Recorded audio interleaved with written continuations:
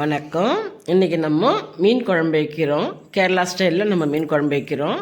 இது வந்து இப்போ ரொம்ப நல்லாயிருக்கும். அந்த மாதிரி வைக்கும்போது முதல்ல வந்து நம்ம ஒரு கடாயை வச்சு கொஞ்சம் எண்ணெய் ஊற்றிக்குவோம். கொஞ்சம் பூண்டு புரிச்சு போட்டுக்கலாம். இந்த பூண்டு கொஞ்சம் வதங்கட்டன்னிட்டு நம்ம ஒரு 200 கிராம் சின்ன வெங்காயம் முறித்து வச்சுருக்கோம். அதுவும் போட்டு நல்லா வதக்கிக்குவோம். இதை கூட கொஞ்சம் சீரகம் போட்டுக்கலாம். கொஞ்சம் சீரகம் போட்டுட்டு நிறைய பேர் வந்து தேங்காய் துருவி போடுவாங்க. இதை கூட நம்ம வந்து தேங்காய் கட் பண்ணி வச்சுருக்கோம். அம்மியில் வச்சு அரைச்சிக்கலான்னுட்டு இதை கூட ஒரு 4 சின்ன தக்காளி போட்டிருக்கோம். 4 தக்காளி போட்டு அதையும் வதக்கிட்டு நம்ம வீட்டில் அரைச்ச மிளகாத்தூள் இதில் வந்து எல்லாமே மிளகு சீரகம் எல்லாமே மசாலாங்க எல்லாமே போட்டு நம்ம அரைச்சி வச்சுருக்கோம். அதை கூட 4 ஸ்பூன் மிளகாத்தூள் போட்டு கொஞ்சம் மஞ்சப்பொடி போட்டு அதையும் வதக்கிட்டு நம்ம தட்டில் போட்டு ஆற வச்சுக்குவோம். இப்போ நம்ம இதெல்லாத்தையும் ஆற வச்சுட்டு நம்ம அம்மியில் வச்சு நல்லா அரைச்சிக்கலாம். அம்மியில் வச்சு அரைச்சி குழம்பு வைக்கும்போது ரொம்ப டேஸ்ட்டாக நல்லாயிருக்கும். அப்போல்லாம் மிக்ஸி இல்லாத காலத்துங்களெல்லாம் அம்மியில் வச்சு அம்மாங்க அரைச்சி செஞ்சு தருவாங்க. ரொம்ப சுவையாக இருக்கும் குழம்பு. இப்போ நம்ம இருக்கிற ஜெனரேஷனில் மிக்சியில் அரைக்கிறதுல எந்த ஒரு டேஸ்ட்டும் இல்லை. ஏதோ சாப்பிட்ணுன்றதுக்கோசரம் நம்ம அரைச்சி சாப்பிட்றோம், வேறு வழி இல்லாத. ஏன்னா ஆணும் பெண்ணும் எல்லாருமே வேலைக்கு போகிறோம். எல்லோரும் வேலைக்கு போகிறதுனால அவசரமாக செய்யும்போது நம்ம அம்மியில் அரைச்சிலாம் உட்காந்து செய்ய முடியாது. மிக்சியில் போடுறோம், டக்குன்னு அரைச்சோமா குழம்பு வச்சோமான்னு செஞ்சுட்டு போயிடுறோம்.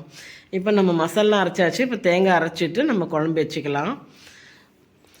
இப்போ இந்த மாதிரி நல்லா ஒட்ட அம்மியில் வச்சு அரைச்சி எல்லா குழம்புமே வைக்கும்போது ரொம்ப மனமாக இருக்கும், ருசியாக இருக்கும். சாதாரணமாக கொஞ்சம் சாப்பிட்றது இன்னும் கொஞ்சம் சாப்பிட்லாமான்னு தோணும்.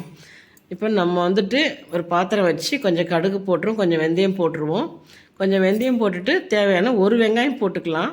ஒரு 3 பச்சை மிளகாய் போட்டுக்குவோம். இது நல்லா பொன்வரலில் வதங்கட்டும். பொன்வரலில் வதங்கினதுக்கப்புறமா நம்ம அரைச்சி வச்சுக்கிற மசாலாம் போட்டுக்குவோம். இது கொஞ்சம் நல்லா வதக்கி கொடுத்துக்கலாம். கொஞ்சம் தாராளமாக எண்ணெய் விடணும், அப்போ தான் நல்லாயிருக்கும் குழம்புக்கு. அதை கூட இந்த தேங்காயெல்லாம் போட்டு நல்லா வதக்கிக்குவோம். வதக்கிட்டு இப்போ வந்து நம்ம புளி வந்துட்டு இந்த நம்ம அம்மி அரைச்சி கழுவுன தண்ணி இருக்குது, அதை கூட கொஞ்சம் புளி கரைச்சி ஊற்றி வச்சுக்குவோம். ஊற்றிட்டு அந்த மிக்ஸி அதிலே ஊற்றிக்கலாம். நம்ம போட்டு ஊற்றிக்கலாம். ஊற்றி நல்லா கலக்கி கொடுத்துக்கலாம்.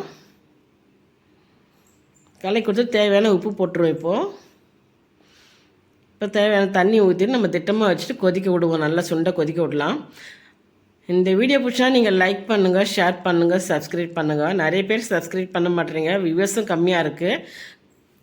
இப்போ நல்லா கொத்தமல்லி கருவேப்பிலை தூவி வச்சாச்சு. நல்லா குழம்பு சுட்டாக கொச்சாச்சு.